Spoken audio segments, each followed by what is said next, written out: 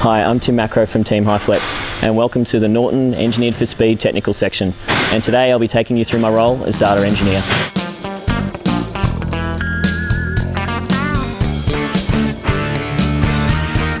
My role at Team Highflex is data engineer. So on a race weekend, for example, I'll be doing all the downloading of the car, the collating of all the data, as well as sort of sifting through all the data and seeing looking at the parameters of the car, as well as all the driving stuff as well. Plus, with our relationship with FPR, also putting all the data up on the network. We have a data sharing going on with FPR, so back and forth over the network.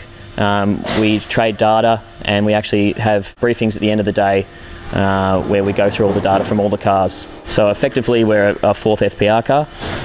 Also on the roles, my role for the weekend is also to set up the data cab along with Adam, the engineer. So the first thing we do when we get to the track is to put up the data aerial, so that receives all our telemetry as well as the radio frequencies, as well as having all our weather information up there. We have a weather station up there, and that brings it down into the data station. So we'll cable that all into the data station, which I have behind me. Also, we have live timing with the car. So everything comes back streaming directly through that post into the data cab, and we can watch what he's doing live.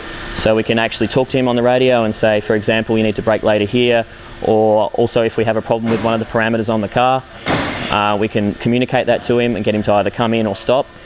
Also, you know, we have full radio communication with the driver, and that allows us to, you know, do pit stops, call him in if we have to really quickly, and just communicate race information.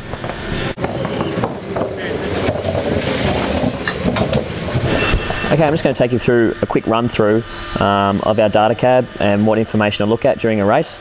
As you can see, we have our fuel prediction software here as well. So I do all the fuel calculations, but also we have the software which takes us through the race, and that'll show us what lap, when we're stopping, fuel consumption along the way as well, and lap times. Here we have our Motec telemetry monitor. So we have basically all the parameters of the car. It tells us engine oil pressures, basically everything you can think of with the car, and if we get alarms, that will flash up if anything goes wrong. Here we have a predictive lap, so we call it a reference lap. We put it into the car as well as on our screens here, and we can actually see Tony follow the line, and it will also give us a predictive lap time, so we can see if he's on a good lap or a bad lap, and whether he needs to keep going with it or just abort the lap. And also during a race weekend, I'll have our pit boom set up, so I'll record all the pit stops and see how fast we are. My day-to-day role at TDR includes all the information taken from the race weekend that we've just had previous, going through all that.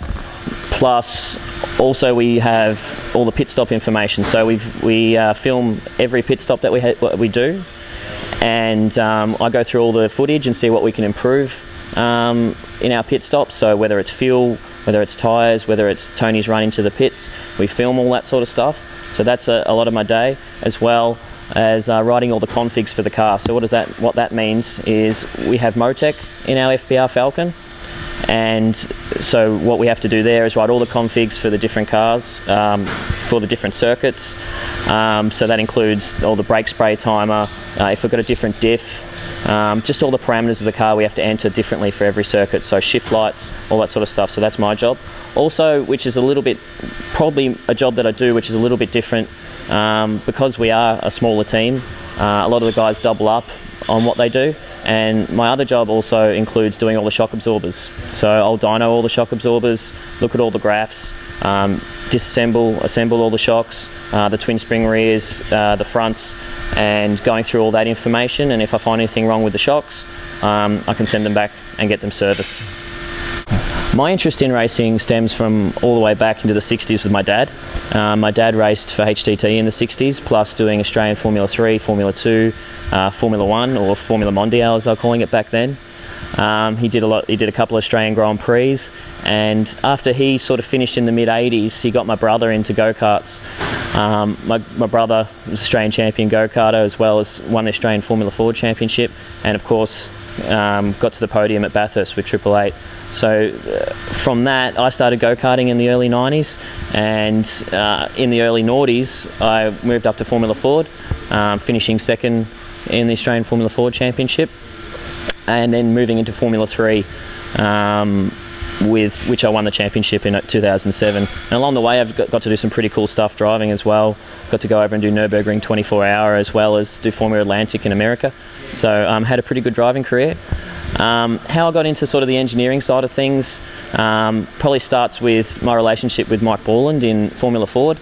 I started doing some driver coaching, and through that it sort of moved into looking at the data analysis and the engineering side of things as well, which I turned out to run the Borland Racing Developments Spectrums last year.